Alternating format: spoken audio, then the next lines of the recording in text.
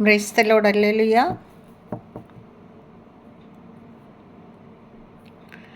കയ്യിലാണീ പഴുതു കാട്ടി അവൻ മിഹാരൂഢനായി മാറി. ആ കുഞ്ഞാടേ, നിന്നിൽ ഞാൻ കാണുന്നെൻ്റപ്പായേ, കാണുന്നെൻ്റപ്പായേ. കയ്യിലാണീ പഴുതു കാട്ടി അവൻ മിഹാരൂഢനായി മാറി.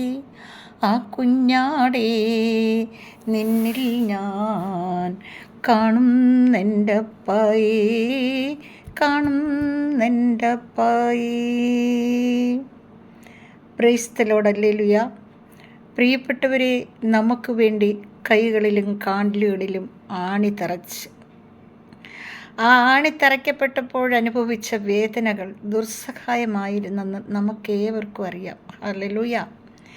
എൻ്റെ പ്രിയപ്പെട്ടവരെ, എന്തെങ്കിലും ഒരു വേദന, ചെറിയൊരു നൊമ്പരം അല്ലെങ്കിൽ ഒരു നല്ല വേദനയൊക്കെ വരുമ്പോൾ നമ്മളെല്ലാം മറക്കും. നമ്മുടെ യേശു അനുഭവിച്ച വേദനകളുടെ മുമ്പിൽ ഈ വേദനകളൊന്നുമല്ലെന്ന് ഓർക്കാൻ നമുക്ക് കഴിയുന്നില്ല. ഹല്ലേലൂയ. നമ്മുടെ യേശുവിനെക്കുറിച്ച് ചിന്തിക്കണം. യേശുവിൻ്റെ വേദനകൾ യേശു നമുക്ക് വേണ്ടിയാണ് സഹിച്ചത്. യേശു സഹിച്ച വേദനകൾ എന്തിനാണ്? നമ്മുടെ രക്ഷയ്ക്ക് വേണ്ടിയാണ്. അപ്പോൾ ആ രക്ഷയ്ക്ക് വേണ്ടി വേദന സഹിച്ച യേശുവിനെ നമുക്ക് മുറുകെ പിടിക്കാം. ആ കരങ്ങളെ ഒന്ന് നമുക്ക് കാണാം.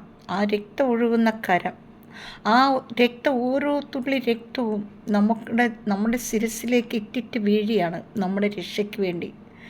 നമ്മെ ഓരോ ദിവസവും കാത്തു പരിപാലിക്കുന്ന സ്വർഗീയ പിതാവ്, ആ പിതാവിനെ നമുക്ക് മുറുകെ പിടിക്കാം. Hallelujah, hallelujah. യേശുവേ നന്ദി, യേശുവേ സ്തുതി, യേശു ആരാധന, യേശുവേ മഹത്വം. ആരെങ്കിലും എന്നെ അനുഗമിക്കുവാൻ ആഗ്രഹിക്കുന്നെങ്കിൽ അവൻ സ്വയം പരിത്യജിച്ച് അവൻ്റെ കുരിശുമെടുത്തുകൊണ്ട് എൻ്റെ പിന്നാലെ വരാൻ. ഹല്ലേലൂയ.